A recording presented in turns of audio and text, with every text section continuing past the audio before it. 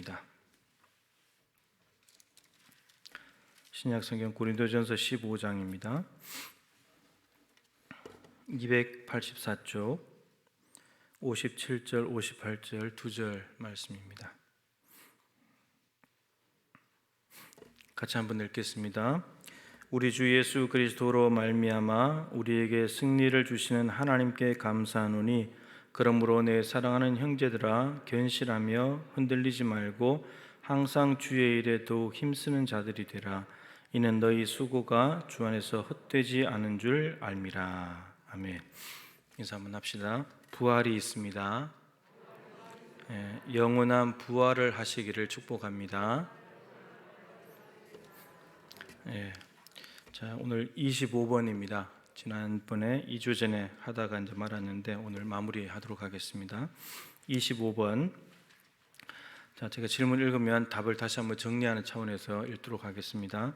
그리스도의 부활은 우리에게 어떤 유익을 줍니까? 첫째, 그리스도는 자신의 부활로서 죽음을 이기셨으며 그래서 죽으심으로써 얻으신 의에 우리로 참여할 수 있도록 하셨습니다. 둘째, 그의 능력으로 말미암아 우리도 이제 새로운 생명으로 다시 살아났습니다. 셋째, 그리스도의 부활은 우리의 복된 부활에 대한 확실한 보증입니다. 배우 강수현 씨가 돌아가셨죠? 모르십니까? 알고 계시죠? 55세, 만 55세, 우리나라 57세인데 참 그 젊은 나이 아닙니까, 그죠? 근데 뇌출혈로 세상을 떠났습니다. 참 인생이 허무합니다, 그죠? 한국의 영화에 있어서 참 귀한 인물이었는데, 근데 갑자기 이렇게 심정지가 되면서 병원 가서 몇 시간 만에 이제 세상을 떠났습니다. 뭐 누구나 다 한 번은 죽지만 참 허무하잖아요, 그죠? 결혼도 안 하셨고 한데 참 허무한데 부활이 있다면, 그분에게 정말 예수 그리스도 안에 있는 부활에 대한 믿음이 있다면 그래도 괜찮을 텐데, 근데 그 부활에 대한 믿음이 없이 세상을 떠났다면 이건 참 젊은 나이에 세상을 떠난 것보다 더 안타까운 일이죠. 더 안타까운 일입니다. 여러분들은 부활이 있습니까? 참 중요한 것입니다, 그죠? 그래서 이 땅의 삶은 뭐 반드시 유한한 것이고 언젠가는 끝날 텐데, 그러기에 우리가 다음 세상, 영원한 세상에 대한 믿음이 없이 있는데도 믿지 못하고 살아간다면 이것보다 더 불행한 건 없어요. 이 땅에서 뭐 백수를 누린다 하더라도 영원한 하나님 나라에 가지 못한다면, 영원을 못 누린다면, 영원에 비하면 100년은 죽게는 하루가 1000년이니까 10분의 1밖에 안 돼. 10분의 1일밖에 안 되는 거예요. 그러니까 그런 기간을 살면서 우리가 뭘 그래 이 땅에 또 얽매여 가지고 이 땅에 욕심 부리고 애착을 가지고 살 게 뭐란 말입니까? 그죠? 그냥 한순간에 훅 가는 것이 인생인데, 저런 소식을 들으면서 참 그 다니엘 기도의 마지막 날 오신 분인가요? 메멘토 모리, 죽음을 기억하라. 죽음이 우리의 삶의 기준이 돼야 된다.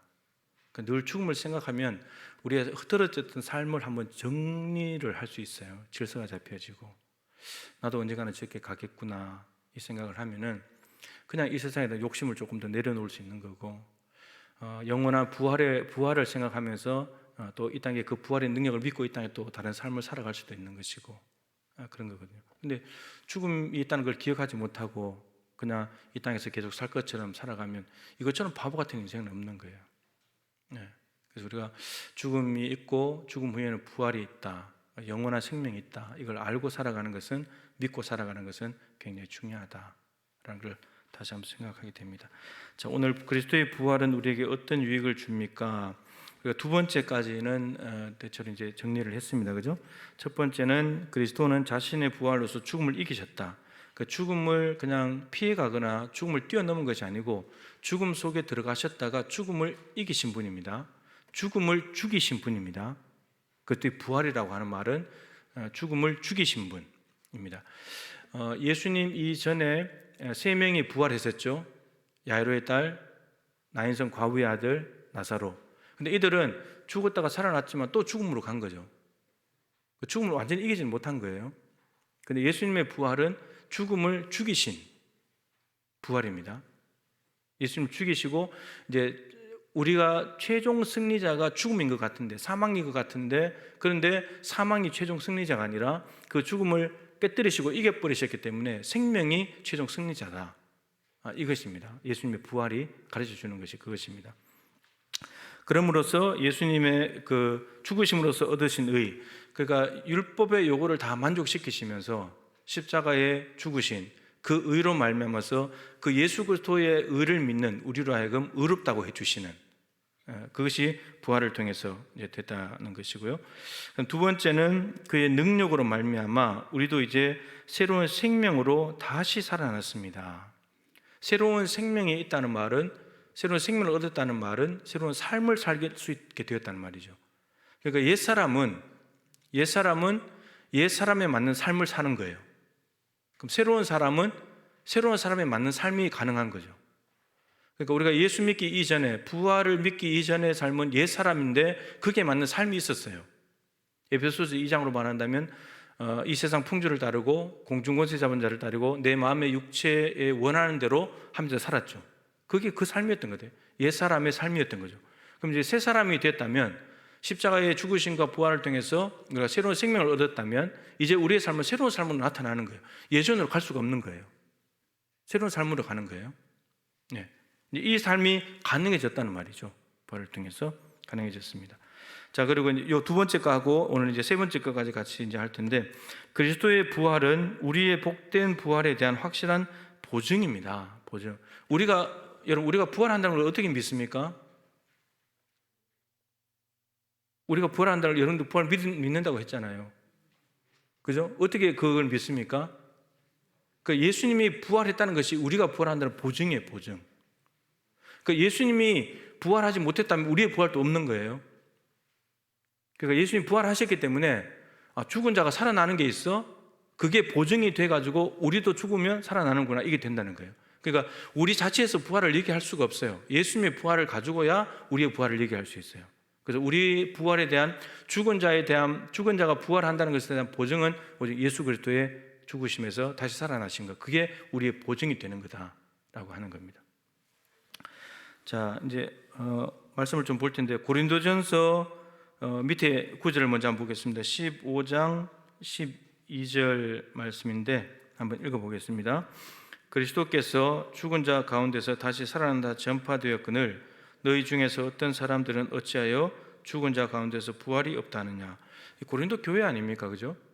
고린도 교회가 복음을 받아들였습니다. 사도행전 18장에 2차 전도여행 때 바울을 통해서 복음을 듣고 했는데, 근데 그 복음을 받아들인 고린도 교회가 나중에 이제 의문을 가지게 된 거죠. 부활에 대한 이제 신학적인 질문이 생긴 겁니다. 부활이 없다 하는 사람들에 대한 이야기를 듣고 바울이 거기에 대해서 답하는 내용이 고린도전 15장이에요. 부활장. 1절부터 전부 다가 부활에 대한 이야기입니다. 그래서 오늘 본문을 맨 끝에 있는 두 절로 제가 본문을 잡았습니다. 자, 이제 15장을 펴놓으시면 그게 제가 한두 구절 더 볼 텐데, 우선은 그리스도께서 죽은 자 가운데서 다시 살아나셨다, 전파되었다. 여러분, 성경을 앞으로 한 장 넘기면 1절부터 11절까지 보면은 부활하신 예수님께서 게바에게 보이시고 12제자, 모든 사도들 500의 형제에게, 그리고 야고보, 만삭되지 못하여 난 자 같은 네게도 보이셨다. 이 쭉 이야기하는 게 어떻게 해서 이렇게 됐느냐라고 할 때 11절에 보십시오. 15장 11절에 그러므로 나나 그들이나 이같이 전파하매, 예수님께서 부활하셨다, 죽으셨다, 부활하셨다 전파되었기 때문에 너희도 이같이 믿었느니라. 그 예수님의 십자가 부활이 전파되었기 때문에 믿었다는 겁니다. 너희들도 그래서 믿었지 않냐?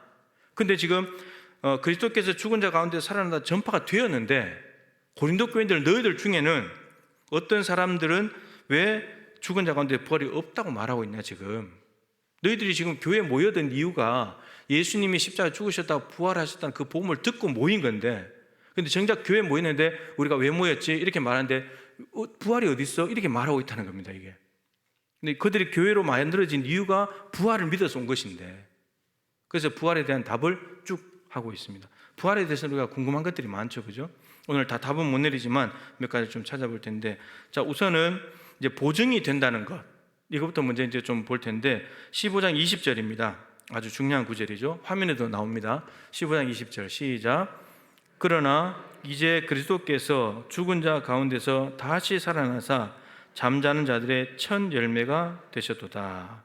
죽은 자 가운데서, 십자가 죽으셨는데 다시 살아났다, 부활하셨다는 겁니다. 부활하셨는데 잠자는 자들, 성경에서는 죽은 자들에 대해서 잠잔다는 표현을 많이 쓰죠. 잠자면 깨우면 되죠, 그죠? 잠자는 자들의 첫 열매가 되셨다. 첫 번째 열매. 근데 말씀드린 대로 야이로의 딸, 나인성 과부의 아들, 그리고 나사로는 예수님보다도 먼저 잠들었다가 깨어난 사람들인데, 그러면 그들이 첫 번째, 두 번째, 세 번째가 되고 예수님은 네 번째가 되어야 되는데, 근데 네 번째 열매가 아니고 첫 열매단 말이에요. 그러면 앞에 부활한 세 사람과 예수님의 부활은 뭔가 다르다는 말이죠. 앞에 세 사람의 부활은 어떤 부활입니까? 일시적인 부활, 다시 죽는 부활. 그들이 다시 죽었다는 성경의 기록은 없지만 반드시 죽었을 거예요, 그죠? 근데 예수님의 부활은 다시 죽지 않는 부활, 영원한 부활. 예수님의 첫 열매가 되셨다는 말은 그런 의미예요. 그러니까 영원한 부활의 첫 번째예요. 첫 번째, 골로새서 1장 18절 말씀도 한번 보겠습니다. 똑같은 말씀을 기록하는데 시작. 그는 몸인 교회의 머리시라. 그가 근본이시요 죽은 자들 가운데서 먼저 나신 이시니 이는 친히 만물의 으뜸이 되려 하심이라. 예. 교회의 머리가 되시면서 교회의 근본이신 분인데 죽은 자들 가운데서 먼저 나신 분이다. 부활하신, 가장 먼저 부활하신 분인데 왜 그러냐면 만물의 으뜸이 되려고. 그러니까 앞에 예수님보다 먼저 부활한 사람들은 으뜸이 될 수도 없는 거예요. 교회의 근본도 될 수 없는 겁니다. 저들이 부활했다고 하더라도 일시적으로 부활한 저들이 교회의 근본이나 머리가 될 수 있는 것이 아니고 영원한 부활을 하신 예수님이 교회의 머리가 되시고 근본이 되신다, 이런 말입니다. 그 질적으로 다른 부활 말하는 거 있는 겁니다. 자, 여러분 이제 성경을 좀 이제 한 군데를 찾으면 좋겠는데 레위기 23장을 좀 찾으십시오. 여러 구절을 봐야 돼서 화면이 안 띄울 겁니다. 예. 레위기 23장. 이 구약의 절기와 신약의 절기가 이제 어떻게 연결되는지를 좀 이제 보려고 합니다. 레위기 23장 말씀을 펴시면 23장 위에 제목이 붙어 있죠. 성회를 삼을 여호와의 절기. 성회는 거룩한 모임입니다. 그러니까 사람들이 모인 그런 모임이 아니고 하나님께서 주인 되시고 하나님을 위해서 모인 거룩한 모임이 있다는 거죠. 근데 그게 절기들이 있다는 겁니다. 자, 1절부터 3절까지는 3절에 보시면 뭐에 대한 이야기입니까? 안식입니다. 안식일. 여러분, 모든 절기 성회의 기초는 안식일입니다. 이게 기초입니다. 7일째. 여기에서부터 다 나오죠. 그래서 7, 7이 49, 7, 7절 오순절이 그때 나옵니다. 그리고 안식년, 7년 안식년이 나오고 49년째 되고 50년째 됐을 때 희년이 나오고요. 다 7년, 이게 기본입니다. 7일이 기본입니다. 자, 그 다음에 4절부터 뭐가 나옵니까? 유월절과 무교절이라고 제목이 붙어 있죠. 5절을 보십시다. 5절 시작. 첫째 달 40날 저녁은 여호와의 유월절이요. 그 첫째 달 1월 14일 열날 저녁, 1월 14일이 뭐라고요? 유월절입니다. 유월절. 출애굽기 12장에 유월절 쓴나물 양고기를 먹고 난 뒤에 탈출을 했죠. 그 유월절입니다. 유월절. 그러니까 뛰어넘는다, 패스오버한다, 하나님의 죽음의 사자가 넘어간다. 그래서 어린 양의 피를 문 임방과 좌우 설주에 바른 사람들은 모두가 살았다. 유월절입니다. 그죠? 유월절. 자, 그 다음에 6절 읽어보겠습니다. 이달 15째 날은 여호와의 무교절이니 이래 동안 너희는 무교병을 먹을 것이요. 자, 무교절이 나옵니다. 무교절. 근데 날짜가 언제라고요? 이달 15째 날, 1월 15일. 그 1월 14일은 유월절이고 1월 15일은 무교절입니다. 그 6월절과 무교절이 거의 붙어서 결합된 형태로 나타나는데, 여러분 여기 성경에 나오는 1월달 이거는 다 바벨론 달력이기 때문에 지금 우리 달력으로 하게 되면은 거기다가 2나 3을 더하면 됩니다. 그 3월 3, 4월이 6월절입니다. 3, 4월 6월절 무교절이 그때 있는 겁니다. 자, 근데 이제 9절로 갔어요. 9절 위에 보시면 제목이 있죠. 첫 이삭 한 단을 바치는 절기. 자, 이제 10절에 첫 이삭 한 단을 제사장에게로 가져갈 것이었는데 11절을 읽겠습니다. 제사장은 너희를 위하여 그 단을 여호와 앞에 기쁘게 받으심이 되도록 흔들되 안식일 이튿날에 흔들 것이며, 이 첫 이삭, 첫 번째 수확한 이 이삭이 한다는 이건 뭐냐면 이게 이제 초실절, 첫 번째 열매인데 초실절인데, 이 초실절의 열매는 보리입니다. 보리. 우리가 그 맥추절이라고 들어보셨죠? 맥추절. 우리 교회는 맥추절 안 지키는데 맥추절 지키는 교회들이 있습니다. 이웃 교회도 있습니다. 이 맥추절은 이제 77절, 오순절하고 이제 같은 말인데, 이 맥자는 밀맥자입니다. 밀을 거두었을 때, 그러니까 곡식을 거두는 것과 이 절기들이 연관이 있어요. 그래서 하나님께 감사하면서 그 곡식을 주신 하나님께 영광을 돌리는 절기로 이제 만들어가는 거죠. 근데 이게 안식일 이튿날이죠. 안식일 이튿날, 무교절이 성회로 모이는 날이거든요. 성회로 모이기 때문에, 성회로 모인다는 말은 그 17절에 보시면 첫날에는 너희가 성회로 모이고 아무도 동따지 마라, 이게 이제 안식일이 되는 거거든요. 성회는 안식일. 그러면 1월 15일이 안식일이면 1월 14일 6월절은 무슨 요일이죠?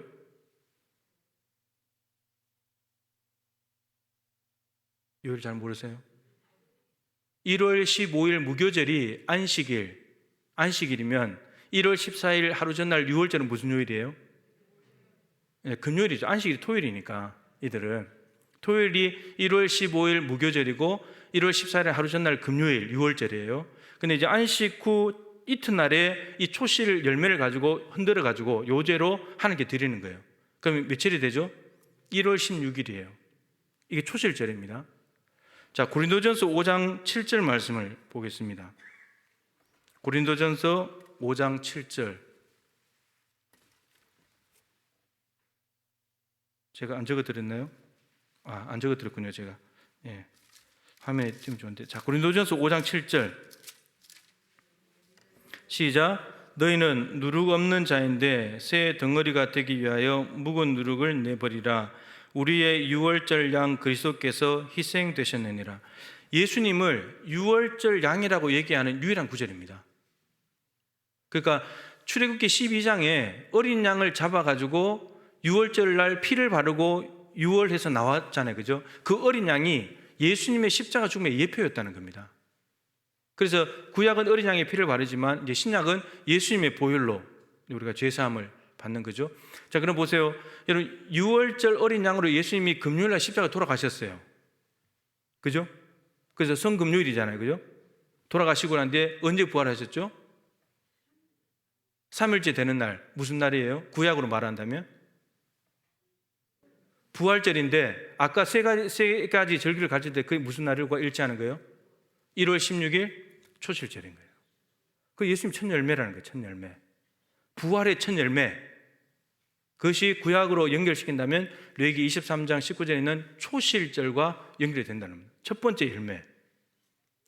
6월절, 성금요일 6월절 다음에 3일째 부활하셨, 안식 후 다음 날 부활하셨잖아요. 그때가 초실 드린 날인데, 신약으로 오면서 예수님께서 금요일 날 돌아가셨는데 주일 날 부활하셨잖아요. 그래서 이제 안식일에서 부활절로 바뀌어져서 우리가 주일을 지키고 있는 겁니다. 성경이 여러분 이렇게 연결된다는 거예요. 그래서 예수님께서 첫 열매가 되셨다는 말은 레위기 23장에 있는 초실절과 연결이 된다는 것. 그리고 예수님은 6월절 양으로 돌아가신 것이고, 그것은 신약기 12장의 어린 양은 예수님의 예표였던 거고, 예수님 미리 보여주는 그림자였고, 그러면서 초실절은 첫 번째 곡식을 드린 날이었는데, 신약으로 오면서 예수님이 6월절 양으로 십자가에 금요일날 돌아가셨는데 부활절날 부활하셔서 첫 열매가 되신 날 초실절과 연결이 된다는 거예요. 이렇게 연결이 됩니다. 예수님이 첫 열매예요. 다른 존재들이 첫 열매가 될 수가 없다라고 하는 겁니다. 자, 이렇게 되면서 오늘 제가 이제 제목을 부활을 믿는 사람의 삶이라고 제목을 잡았어요. 부활을 믿는 사람들의 삶. 부활을 믿는 사람들은 어떻게 살아야 될까요? 여러분들 부활을 믿으시죠? 아까 믿는다고 했잖아요, 그죠? 그럼 부활을 믿는 사람은 어떻게 살아야 될까요? 이게 중요합니다. 부활을 믿지 않는 사람과는 분명히 달라야 되는 거죠. 부활이 없다고 믿는 사람들하고 부활이 있다고 믿는 우리들은 분명히 삶이 다를 거란 말이에요, 그죠? 죽음 후에 영혼이 있다고 생각하는 사람과 죽음으로 끝난다고 하는 사람과는 삶이 다를 수밖에 없는 거예요. 분명히 다를 수밖에 없어요. 그죠? 근데 어떻게 다른가 하는 거죠. 한 세 구절 정도만 제가 좀 살펴보겠습니다. 누가복음 14장 14절입니다. 화면에 나옵니다. 시간이 많이 가니까 찾지 마세요. 이제 화면 나옵니다. 시작. 그리하면 그들이 갚을 것이 없으므로 내게 복이 되리니 이는 의인들의 부활 시에 내가 갚음을 받겠음이라 하시더라. 이게 무슨 문맥이냐면, 이제 누가복음은 가난한 자들의 복음서인데, 어떤 사람이 잔치를 할 일이 있으면 잔치를 할 때는 누구를 초청합니까? 주로 이제 자기하고 좀 신분이나 지위가 맞는 사람들, 친한 사람들, 친척들하고 모이겠지만 사회적인 유지들, 지위가 있는 사람들 부를 거 아닙니까? 그죠?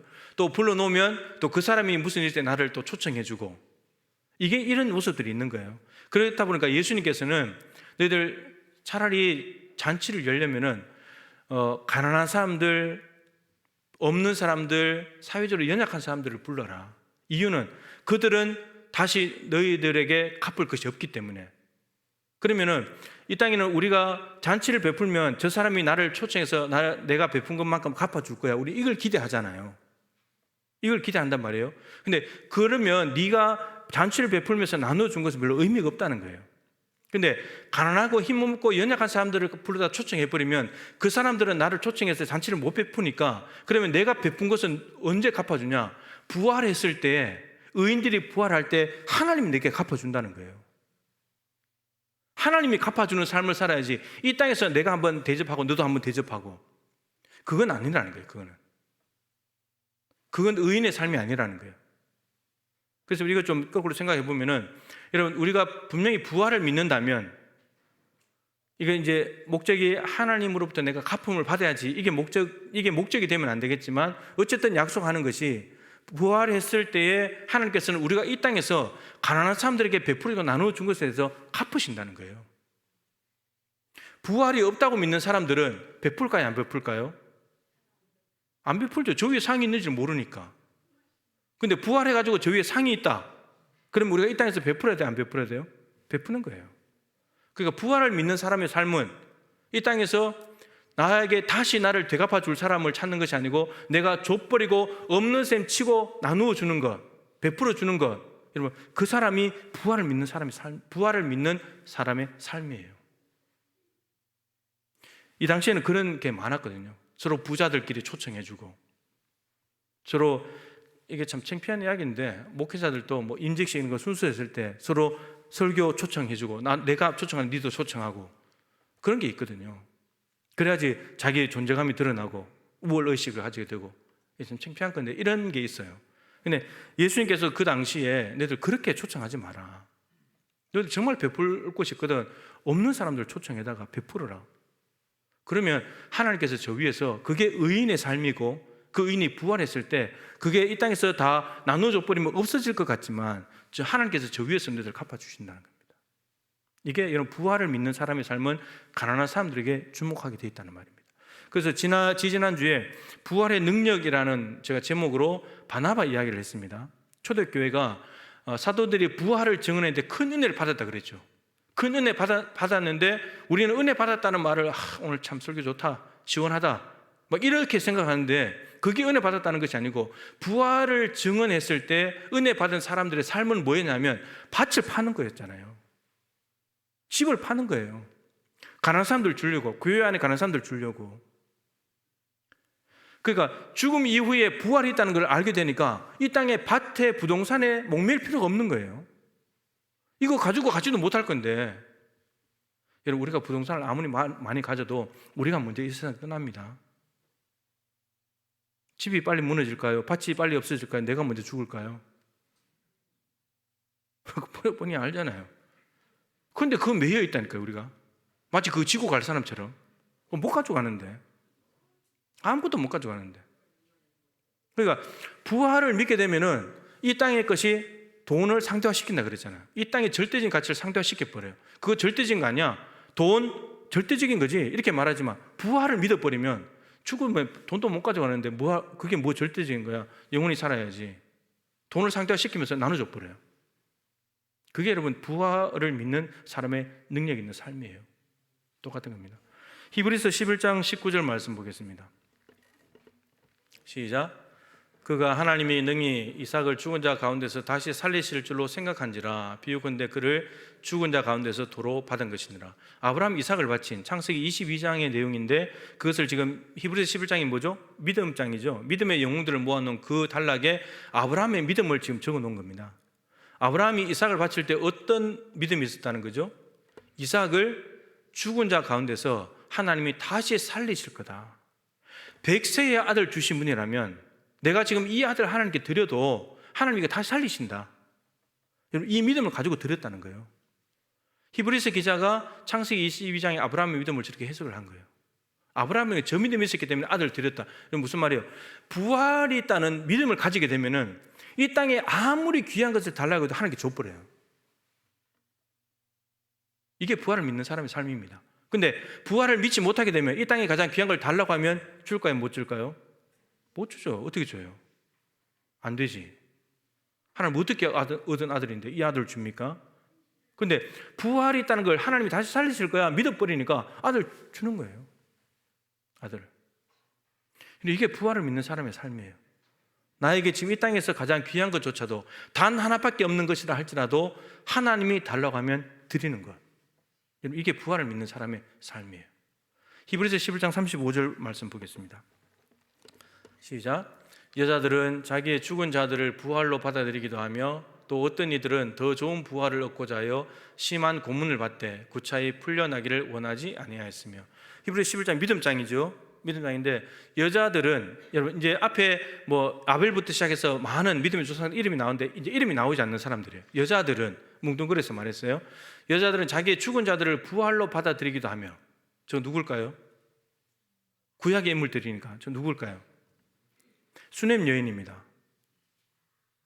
수넴 여인. 엘리사에게 자기 집 위에다가 방을 건축을 해가지고 다락방을 내주면서 그래서 쉬게 하고 대접했던 수넴 여인에게 아들이 없는 걸 보고 엘리사가 아들을 준다고 했다가 아들이 태어났는데 어느 날 열사병이 걸려서 죽었잖아요. 근데 다시 살아났잖아요. 엘리야도 마찬가지였고, 그죠? 그 두 사람이에요. 자기 죽은 자들을 부활로 받아들이겠다. 지금 믿음으로 자기 아이가 죽었는데 그 믿음을 통해서 아이가 다시 살아나는 부활을 받아들이기도 했다는 겁니다. 자, 그 다음 중요하죠. 또 어떤 이들은 더 좋은 부활을 얻고자 해요. 더 좋은 부활. 여러분, 그냥 부활이 있고 더 좋은 부활이 있네요. 자, 똑같은 거죠.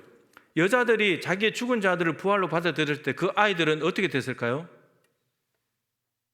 그 아이들은 죽었죠. 부활은 부활인데 또 죽었어요. 그럼 더 좋은 부활은 어떤 부활일까요? 영원한 부활인 거예요.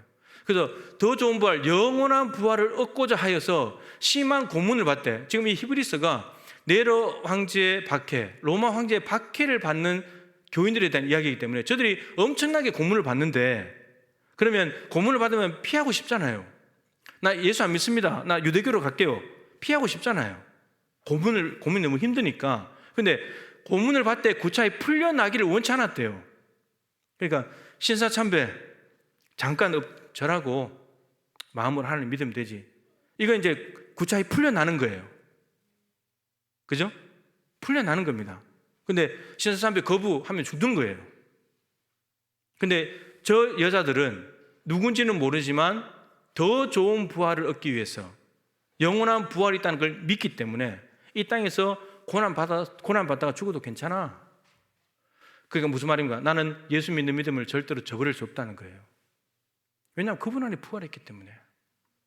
지금 고난 당한다고 예수님을 거부해버리면 더 좋은 부활을 못 얻는데, 더 좋은 부활, 영원한 부활은 예수 안에 있는데, 내가 지금 이 땅에서 좀 힘들다고 예수를 부인해버리면 그분 안에 있는 영원한 부활을 못 얻는데, 내가 이 땅에서 조금 그 고난을 피해가지고 1, 2년, 몇십 년 더 살아본들 뭐 하겠냐는 겁니다.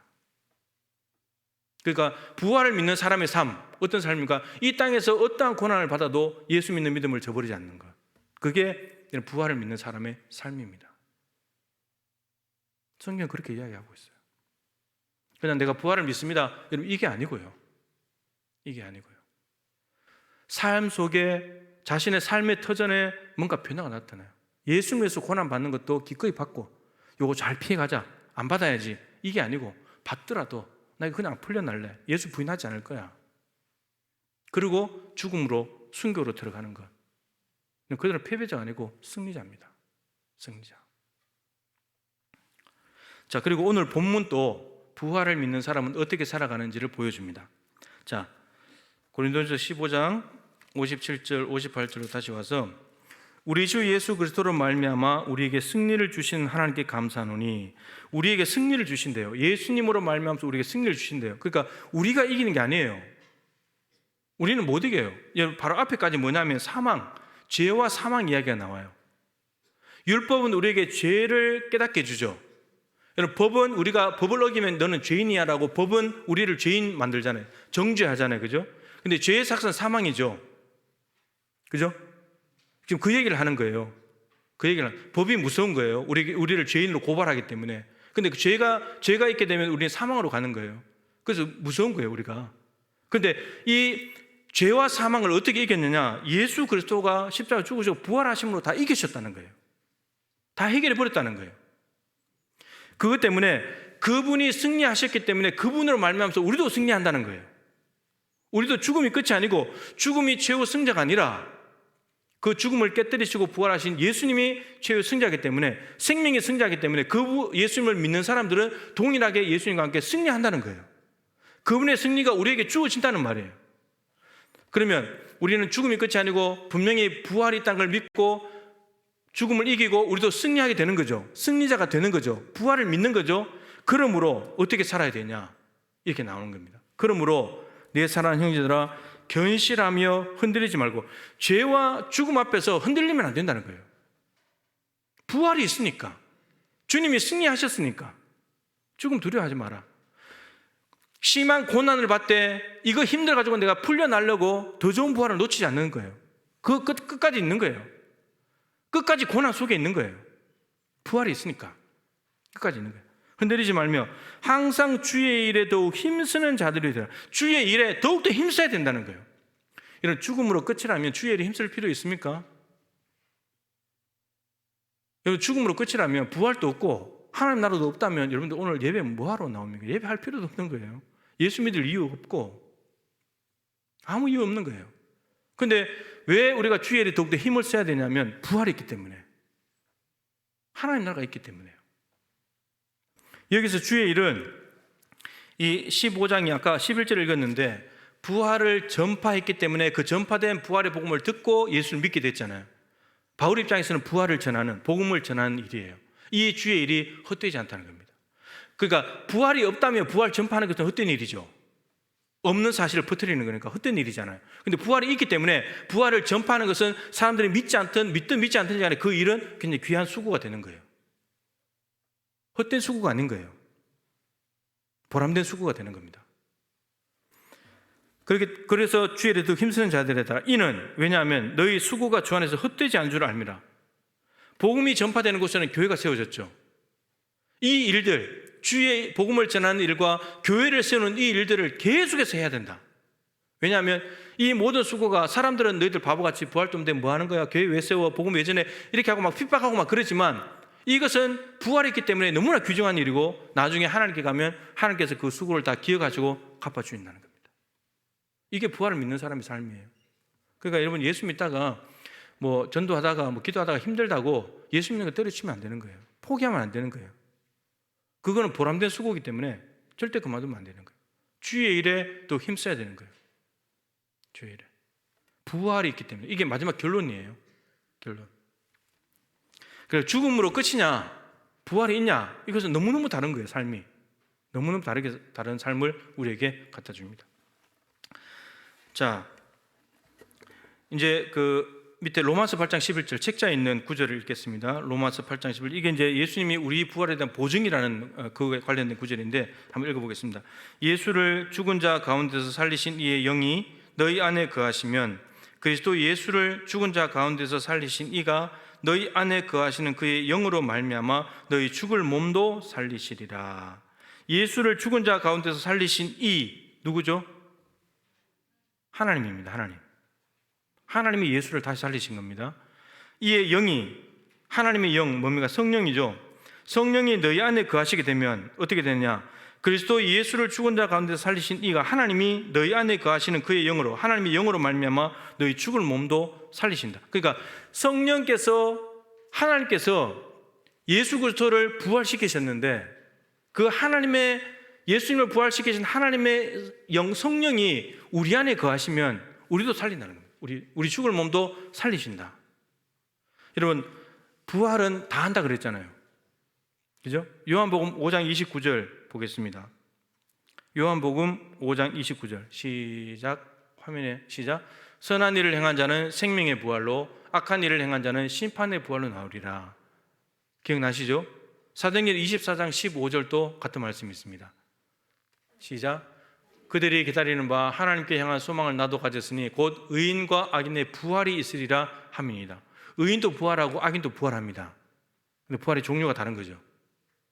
선한 일을 행한 자는 생명의 부활로, 악한 일을 행한 자는 심판의 부활로 간다. 이 선악의 개념이 도덕적으로 착하다 그런 개념이 아니고 5장 24절과 연결되면서 예수님을 믿고 하나님을 믿는 사람들, 예수님의 말씀을 받아들이고 하나님을 믿는 사람이 선한 일을 행한 사람인데, 그 사람은 생명의 부활로, 그러니까 영생으로 가는 부활을 하게 된다는 말이고, 그때 부활을 한다는 말은 우리의 몸이 부활해가지고 우리가 죽으면 영혼과 육체가 분리되잖아요. 그 영혼은 하나님께로 가고 그 다음에 이 몸은 땅에 묻히는데 나중에 이 몸이 부활한다는 겁니다. 부활해가지고 영혼과 합쳐져가지고 이제 영원한 하나님 나라로 가는 거고, 악을 행한 사람들, 예수님 말을 듣지 않고 하나님을 믿지 않는 사람들은 똑같은데 부활을 하는데 이 영혼하고 결합되면 어디로 가냐? 심판으로 간다는 겁니다. 둘째 사막, 불못으로 떨어진다는 거예요. 그래서 예수님을 믿는 사람들은, 선한 일을 행한 사람들, 의인들은 한 번만 죽어요. 이 땅에서 죽는 거, 한 번 죽는 거, 첫 번째 죽음인데, 근데 이 땅에서 예수님을 믿지 않는 사람들, 악인들은 두 번 죽어요. 이 땅에서 한 번 죽고 장례를 치르고 그 다음에 불못에 가서 그게 죽는 게 두 번째 죽음인데, 그는 영원한 죽음이에요. 벗어날 수 없어요. 하나님 나라, 그 다음에 지옥, 천국, 지옥이 딱 결정돼 버리면 바꿀 수 없어요. 그래서 그거 결정되기 전에 이 땅에서는 바꿀 수 있다 그랬죠. 이 땅에서는 내가 예수님을 안 믿다가 예수 믿으면 바뀌어지는 거예요. 지옥 가던 사람이 천국 가는 거예요. 바뀌어질 수 있어요. 근데 천국과 지옥이 결정되고 난 뒤에는 못 바꾼다는 거예요. 그런데 이 땅에서 예수님을 믿는 것이 매우 중요하다라고 하는 겁니다. 자, 또 이제 궁금한 것은 그거죠. 예수님이 재림하셨을 때 우리는 이제 우리가 먼저 죽을 확률이 많은데, 예수님 재림보다도. 근데 예수님이 재림하셨을 때 이 땅에 있는 사람들은 세 가지로 나눌 수 있죠. 죽은 자들까지 다 포함한다면 예수님을 믿고 죽은 사람들, 재림하셨을 때 예수님을 믿지 않고 죽은 사람들, 그 다음에 예수님 재림하실 때 살아있는 사람들. 그러면 죽은 사람들은 부활을 하는데 예수님 재림하실 때 살아있는 사람은 어떻게 되냐 이거예요. 살아있는 사람들은, 여러분들이 예수님 재림하실 때 살아있다면 우리는 어떻게 되냐 이 말이에요. 네, 데살로니가전서 5장 16절 17절 말씀을 보겠습니다. 이게 그 답을 가르칩니다. 데살로니가전서가 예수님의 재림에 대한 가장 강력한 임박한 종말론에 대한 이야기를 기록하고 있습니다. 매 장 끝에 강림하신다는 말이 한 번 내지 두 번 나옵니다. 데살로니가전서 4장 16절 17절. 네, 시작. 주께서 호령과 천사장의 소리와 하나님의 나팔 소리로 친히 하늘로부터 강림하시리니 그리스도 안에서 죽은 자들이 먼저 일어나고. 자, 저 보세요. 하늘로부터 강림하신다. 저기 재림하는 거예요. 예수님이 재림하시는데 첫 번째 뭐죠? 그리스도 안에서 죽은 자들이 먼저 일어난대요. 그리스도 안에서 죽은 자들이 일어나고, 그 다음에 두 번째 17절 시작. 그 후에 우리 살아남은 자들도 그들과 함께 구름 속으로 끌어올려 공중에서 주를 영접하게 하시리니 그리하여 우리가 항상 주와 함께 있으리라. 여러분, 이 답을 바울이 왜 하냐면은 데살로니가 교인들이 예수님이 승천하시면서 내가 곧 오겠다 그랬죠. 거처를 예비하면 곧 오겠다 그랬는데, 그래서 가장 먼저 기록된 것이 데살로니가 전서인데, 그러면 데살로니가 교인들 입장에서는 예수님이 곧 오실 거라는 것에 대한 생각이 강력하겠죠. 그러면서 이제 고민이 된 거예요. 예수님 만약에 재림하신다면 내가 그때까지 살아있으면 모르겠는데 죽은 사람은 어떻게 되지? 이런 이제 질문이 생긴 겁니다. 그랬더니 바울이 답하기를 그들이 먼저 일어난다고. 우리 살아있다고 해서 그들보다 나아가지고 우리가 살아있는 게 아니라고, 앞선 것이 아니라고. 그들이 먼저 일어나게 돼, 부활하게 된다고. 그러고 하는데 우리는 어떻게 된다고요? 공중으로 끌어올려서, 이거 옛날에 뭐라 그랬죠, 이걸? 휴거라 그랬잖아요, 휴거. 그래서 막 흰 옷 입고 막 공중으로 올라가는 거 막 나왔잖아요. 그거 아니고, 공중으로 끌어올려서 주를 영접한다는 말은 변화된다는 말입니다.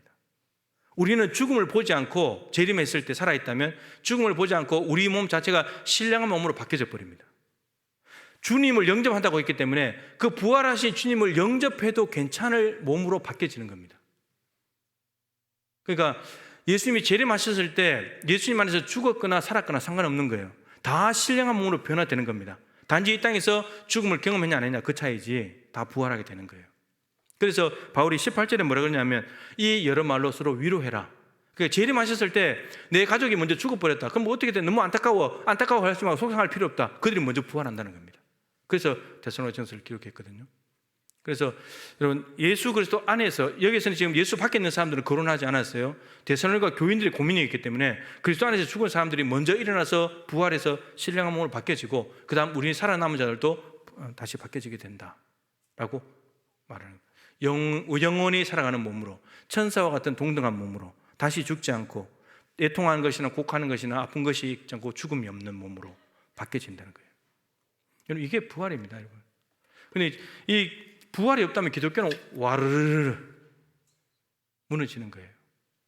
이 부활이 있기 때문에 여러분, 왜 아까 보신 히브리서 11장 35절에 왜 저 믿음의 사람들이 고난의 현장에서 버텨냈을까요? 부활이 없었다면, 정말 부활이 없는 엉뚱한 걸 믿고 있었다면 저렇게 안 되거든요. 부활이 정말 있다는 걸 믿었고 예수님이 부활하신 분이기 때문에 그분을 믿는다는 것은 예수님의 십자가, 예수님을 믿는다고 하면서 나는 예수님의 십자가를 믿는데 부활은 못 믿어, 이건 안 되잖아요. 예수 믿는다면 그분의 인격과 그분의 전 사역과 모든 걸 믿는 거죠. 그죠? 그러니까 십자가 죽음도 믿지만 부활도 믿는 거예요. 그러니까 굳이 예수님도 고난 받으셨는데 자기도 고난 피하지 않는 거예요.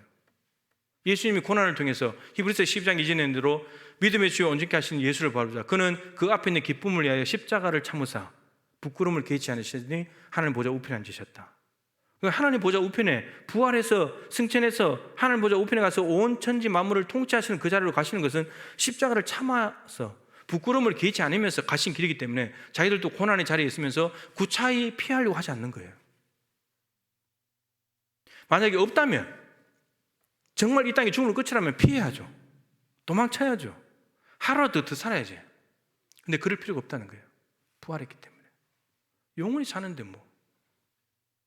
그런 겁니다. 그래서 이 부활을 믿는 사람들의 삶이라는 것은 고난에 대해서 태도가 다르고요. 고난이 왔을 때 태도가 다르고 이 땅의 물질에 대해서 태도가 달라요. 아까 보신 대로. 나에게 가장 귀한 것에 대한 태도도 달라요. 그냥 하나님께 드려버려요. 이게 부활을 믿는 사람과 아닌 사람의 삶이에요. 부활을 믿지 않는 사람은 가장 귀한 거 못 드리죠. 부동산 철저하게 몇 개라도 더 건져야죠. 빌딩 더 사야죠. 은행에 돈 더 갖다 넣어야죠. 그리고 고난 피해 다녀야죠. 편하게 살아야죠. 전혀 다른 삶인 거예요. 전혀 다른 삶. 이게 부활을 믿냐 안 믿냐의 차이예요. 여러분들이 정말 부활을 믿으신다면 여러분들의 삶의 자리에 가장 귀한 것, 이삭을 드린 아브라함처럼 가장 귀한 것도 하나님께 드릴 수 있고, 그리고 부동산 이런 것, 이 땅의 돈에 너무 얽매이지 않으면서 가난한 자들에게 베풀어 주고, 그러면서 고난 당할 때도 그 고난을 피하지 않고 묵묵히 십자가 밑에서 그걸 견뎌내면서 예수님의 부활로 가신 그 길을 따라가는 삶, 그게 부활을 믿는 사람의 삶입니다. 정말 여러분들 부활을 믿는다면 이러한 삶이 여러분들의 삶의 곳곳에서 나타나게 되기를 축복합니다. 하나님